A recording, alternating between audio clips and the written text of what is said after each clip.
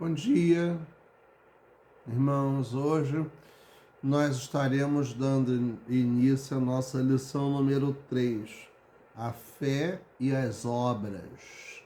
Lembrando que estamos atualizando, essa é a lição da data certa, tá? De hoje, dia 17 de julho de 2022. A lição número 3, a lição que estará sendo trabalhada presencialmente na classe pela nossa professora Jália, tá?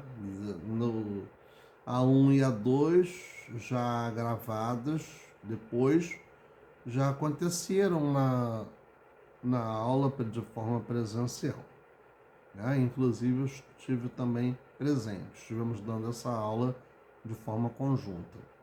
Já hoje a lição 3 é a professora Jália que estará ministrando essa aula de forma presencial e eu de forma remota. Bem, a fé e as obras. Então, como a gente pode demonstrar a nossa fé, o nosso amor, a nossa crença em Deus, né, em Jesus, se não demonstramos aquilo de forma prática, direta, essa transformação que o Senhor operou e opera em nós. Então aí nós iremos estar discutindo hoje sobre as obras, né? Nós vamos ver que refletir sobre algo que tem sido fonte de discussão acalorada entre diversos escritores e intérpretes bíblicos ao longo de décadas. Alguns até mesmo sugerindo equivocadamente que haja uma divergência entre o que o apóstolo Paulo sustenta em suas cartas e o que o apóstolo Tiago sustenta nessa passagem, que está em Tiago 2, de 14 a 26. Nós vamos ler esse texto bíblico, né? Em que Tiago questiona a fé sem as obras, praticada pelos cristãos da sua época, né? E que claramente a gente pode aplicar ao nosso momento atual, à época em que estamos vivendo. Então é importante deixar claro que Tiago não nega de forma alguma que a salvação vem pela fé, unicamente pela fé. No entanto, ele mostra o outro lado da moeda, criticando um cristianismo apenas de emoções, de sentimentalismos, ao invés de atitudes efetivas em favor do próximo. Emoções são muito bonitas naquele momento. Só que o cristianismo que a gente vive não pode ser só emocional. Ele tem que ser verdadeiro.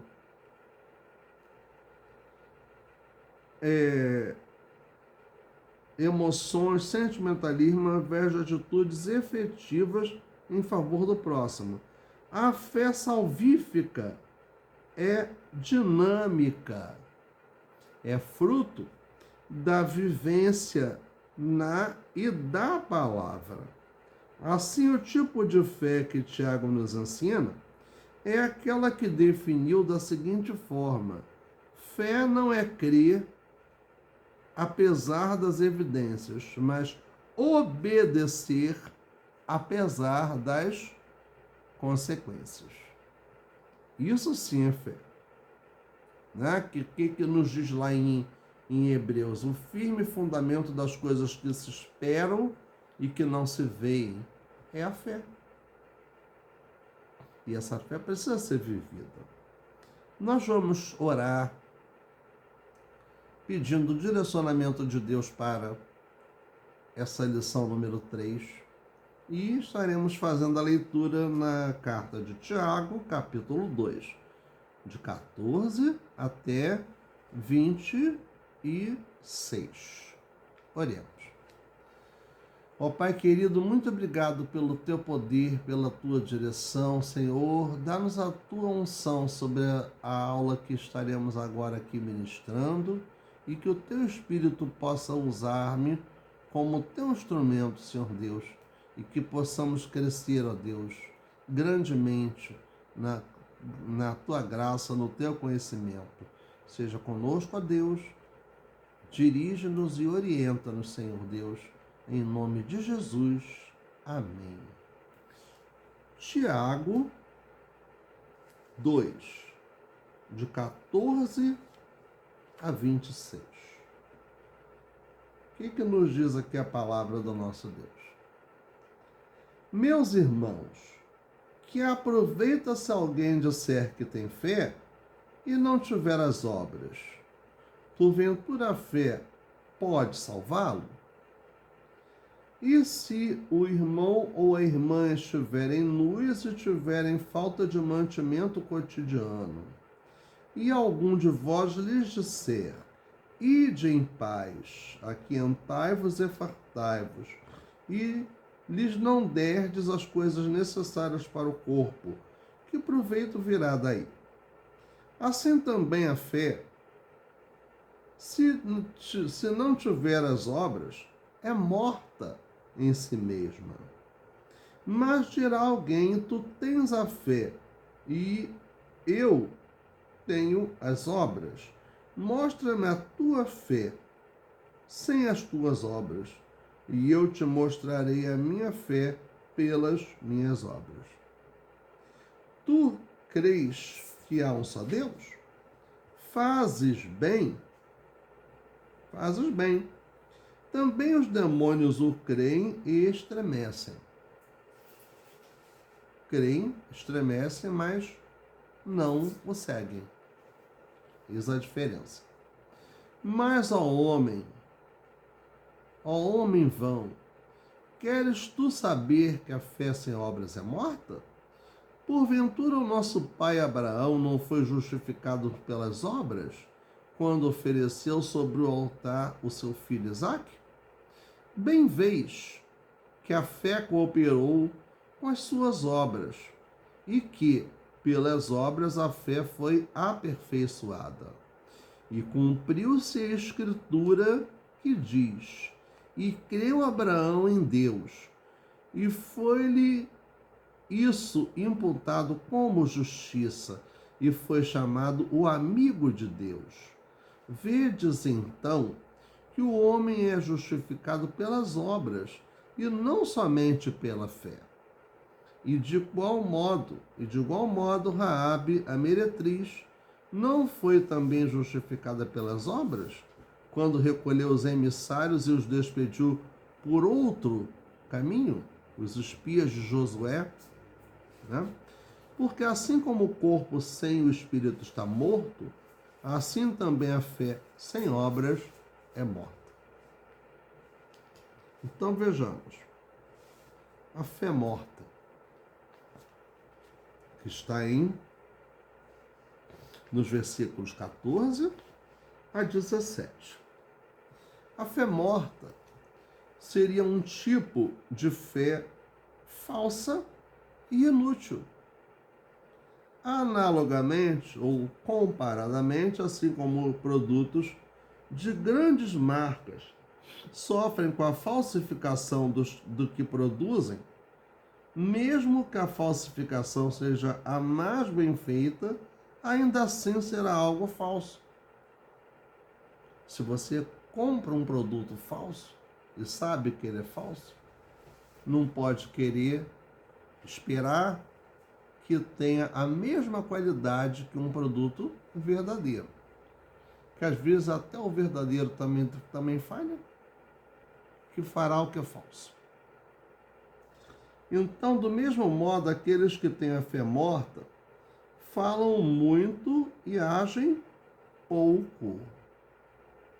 Fala-se da boca para fora. Não deve ser essa a nossa atitude. Da boca para fora, nós temos que falar e viver. As pessoas com a fé morta colocam palavras no lugar de atos. Suas vidas não condizem com os seus discursos. Elas acreditam que suas palavras têm o mesmo valor de obras, mas estão enganando a si mesmas. Isso se estiverem se enganando. Né? Porque, tendo conhecimento, sabe-se muito bem que tem que haver obras para que a fé se concretize, para que demonstre a realidade vivida. O apóstolo Tiago expõe a sua reflexão de uma maneira bem simples e ilustrativa. Se um irmão ou irmã estiver necessitando de roupas e do alimento de cada dia, e um de vocês lhe disser: vá em paz, aqueça-se e alimente-se até satisfazer-se, sem porém lhe dar nada, do que adianta isso? Com efeito, o cristão com a fé morta vê e constata o necessitado, precisando de roupas e de comida. Se aproxima dele e diz apenas palavras de ânimo, conforto ou até mesmo pode orar com ele e por ele. Contudo, se tal cristão não faz coisa alguma para suprir, dentro das suas próprias possibilidades, as necessidades daquele que está carente, deve-se questionar tal fé. A falsa disposição para servir faz com que o apóstolo irrompa em um veredito bem claro, no versículo 16, de que adianta tal fé, de que vale uma fé em Deus que não observa os dois maiores mandamentos: amar a Deus sobre todas as coisas e ao próximo como a si mesmo. Ademais, como cristãos, temos a obrigação de ajudar a suprir as necessidades dos outros sem fazer acepção de pessoas. Paulo diz que devemos fazer o bem a todos, principalmente aqueles que comungam na mesma fé que nós. Isso está em Gálatas 6, versículo 10. Jesus também falou acerca da importância de atendermos àqueles que padecem de alguma carência, seja alimento, água, roupa, ou uma visita para consolo ao que sofre. Mateus 25, de 35 a 46. Todos esses gestos, segundo Jesus, estão sendo observados por ele como uma obra feita como se fosse para ele próprio. O que vocês fizeram a algum dos meus menores irmãos, a mim o fizeram. Está lá em Mateus 25, 40b.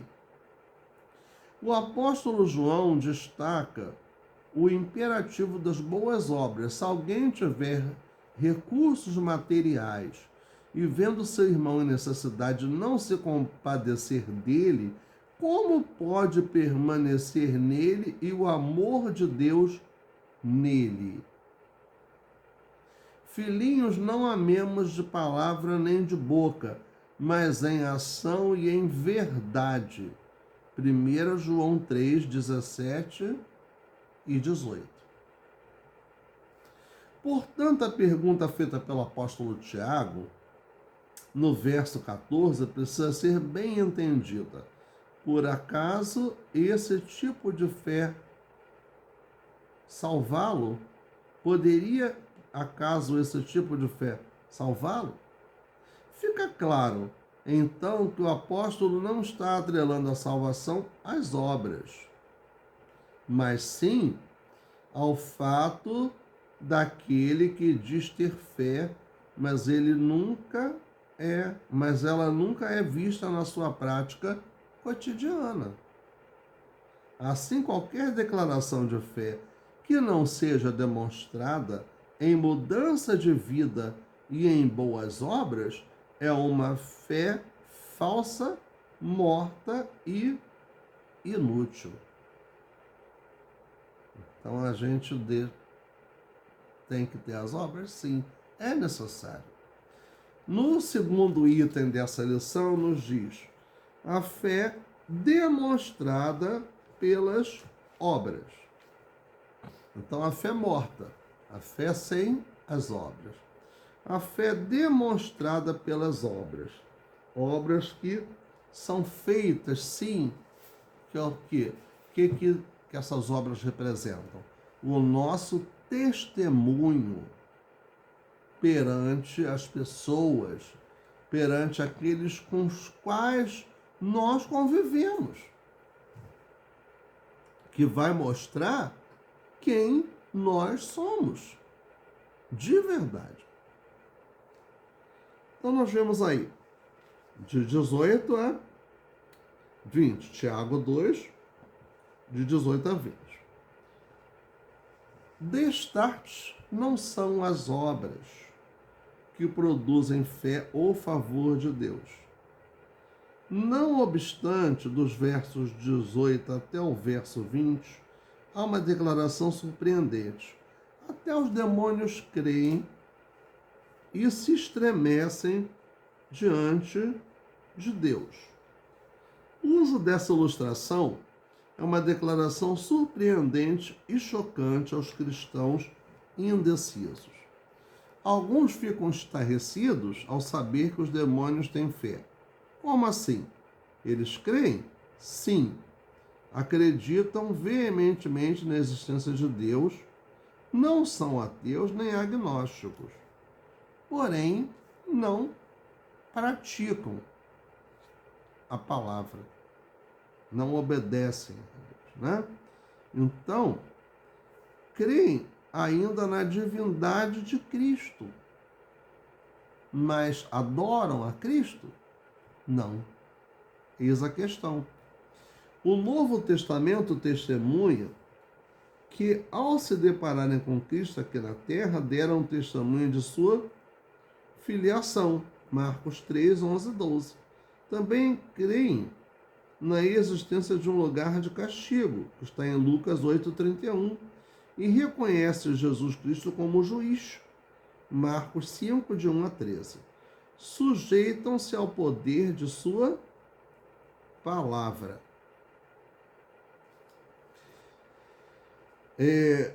Aqui nos diz que o autor que há um ensino a respeito desse particular, mas crer e tremer não são experiências que produzem salvação.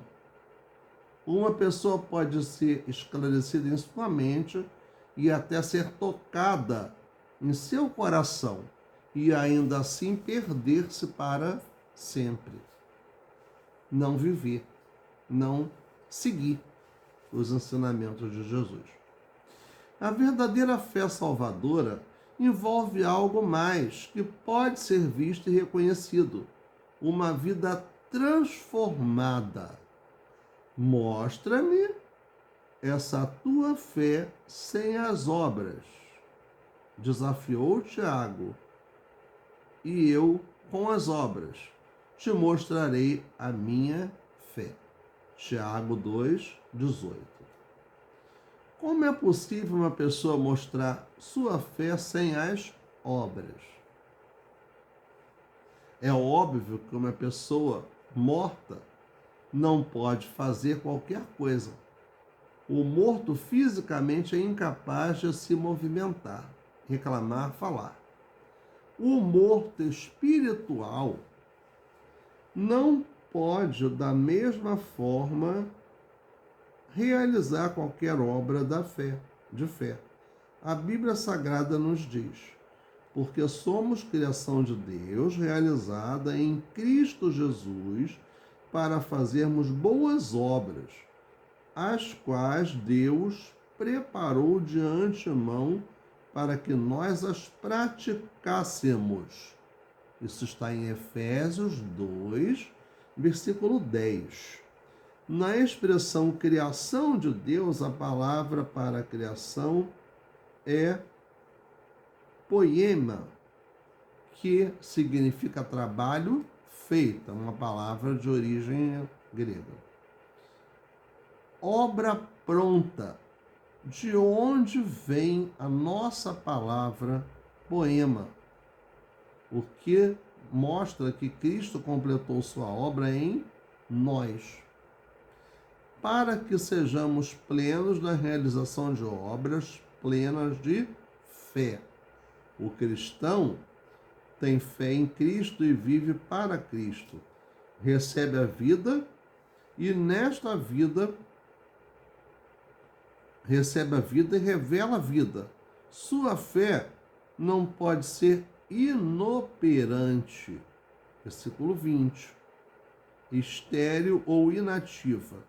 Esta palavra inútil tem o sentido de ocioso, preguiçoso, irrefletido, inútil, prejudicial. Veja quantos sinônimos a fé morta pode ter. Uma fé morta é preguiçosa e até mesmo prejudicial. Principalmente por quê? Porque ela não demonstra frutos.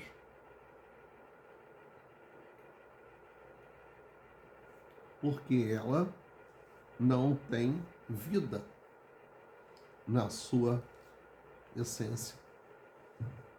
Então a nossa fé não pode ser uma fé morta.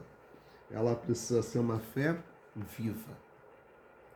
No item 3, a fé eficaz, que vai dos versículos 21 a 26. Por outro lado, o apóstolo Tiago nos lembra de dois personagens do Antigo Testamento para nos ensinar de que a fé produtiva é dinâmica e eficaz. Abraão e Raabe. Dois personagens distintos, mas que estão lado a lado em Hebreus 11, na lista conhecida como Galeria dos Heróis da Fé. Então, o que a gente pode ver aí? A verdadeira fé salvadora conduz à ação. A ação são as obras, é a prática da fé. A fé eficaz não é uma contemplação intelectual, nem um estado de êxtase emocional. Isso é muito bom ser visto. Êxtase emocional glorifica-se a Deus quando se louva, mas não se pratica. Isso é uma fé morta. Quando não há uma comprovação daquela fé que a sua boca está confessando. A sua boca, a nossa boca confessa, mas a nossa vida tem que demonstrar. Isso é importantíssimo que aconteça. Então aqui vemos a situação, né, de Abraão e de Raabe. Na leitura de Gênesis capítulo 15, capítulo 22, podemos entender o contexto da vida de Abraão. Desta forma, Gênesis se refere a este herói da fé. Abraão creu no Senhor e isto lhe foi creditado como justiça. Gênesis 15, 6. O verbo creditar ou imputar é um termo de origem legal ou financeiro, significa depositar na conta de alguém.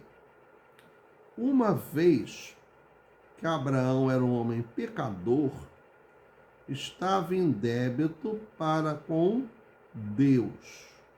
Ele estava falido. No entanto, creu em Deus, que colocou justiça em sua conta. Abraão não trabalhou por essa justiça. Ele a recebeu como dádiva de Deus. Foi dádiva de Deus. A graça, a misericórdia de Deus concederam essa dádiva a Abraão. Ele recebeu como dádiva de Deus, foi declarado justo pela fé, foi justificado pela fé. Eis o exemplo singular de um homem com uma fé eficaz, dinâmica, segundo a qual devemos atentar e buscar praticar. E como foi a situação de Raabe? Vamos ver aqui. Raabe não era parte do povo de Deus. Então, quem era Raabe? Vamos ver a história dela.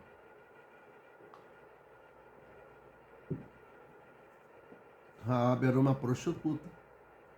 O seu trabalho sustentava a sua família, os seus pais e seus irmãos. Então, ela possuía pouca informação sobre Deus. Ao seu alcance, ela não era do povo de Deus. Ela era de um outro povo. Mas Deus a usou. E vejamos como é que Deus usou Raabe. Ela possuía pouca informação sobre Deus ao seu alcance para chegar a uma conclusão de que precisava crer. Mas ela creu. Por isso, podemos dizer como sua fé foi verdadeiramente extraordinária. Exemplo de uma fé eficaz e operante. Sua história é registrada em Josué capítulo 2 e capítulo 6.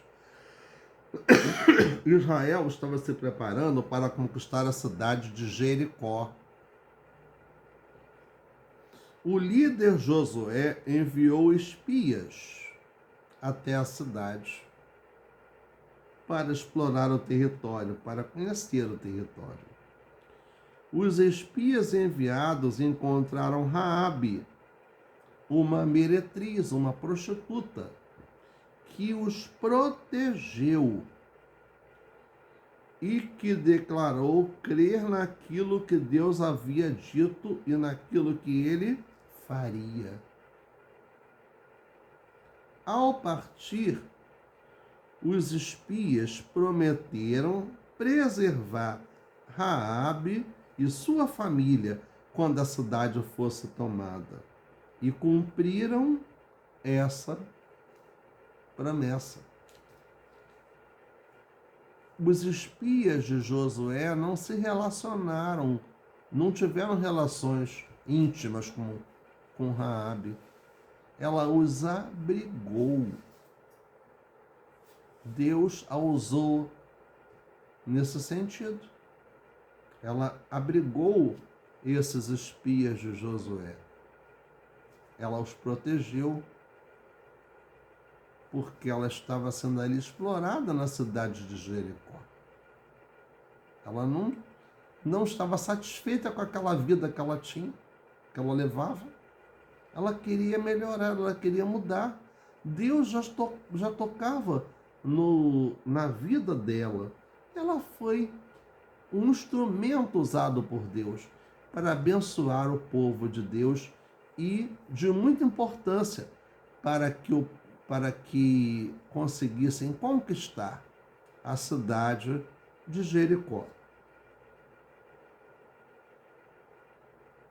Ao partir, os espias prometeram preservar Raabe e sua família quando a cidade fosse tomada e cumpriram essa promessa. Mais tarde, seu descendente Boaz, que casado com Ruth, gerou Obed, que foi pai de Jessé, que gerou ao grande rei Davi. Quem era Jessé? O pai de Davi. Portanto, aquela mulher faz parte da genealogia terrena de Jesus. Que maravilhosa graça! Ela provou sua fé por meio de suas obras.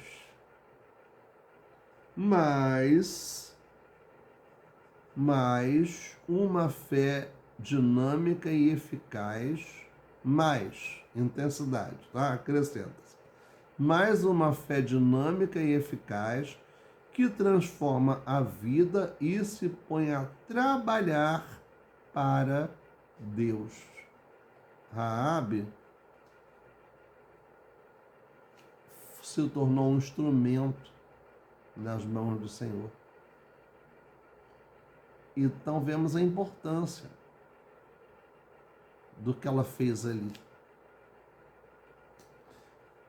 Concluindo essa lição, o que o autor nos diz? Estudamos nessa lição que todo cristão maduro, quem cresceu na graça e no conhecimento do Senhor Jesus, pratica a verdade. Não está atrelado de forma simplista a doutrinas antigas, mas as pratica na vida diária. Tal cristão possui uma fé dinâmica, tal como Abraão e como Raabe. Uma fé que transforma a vida e que se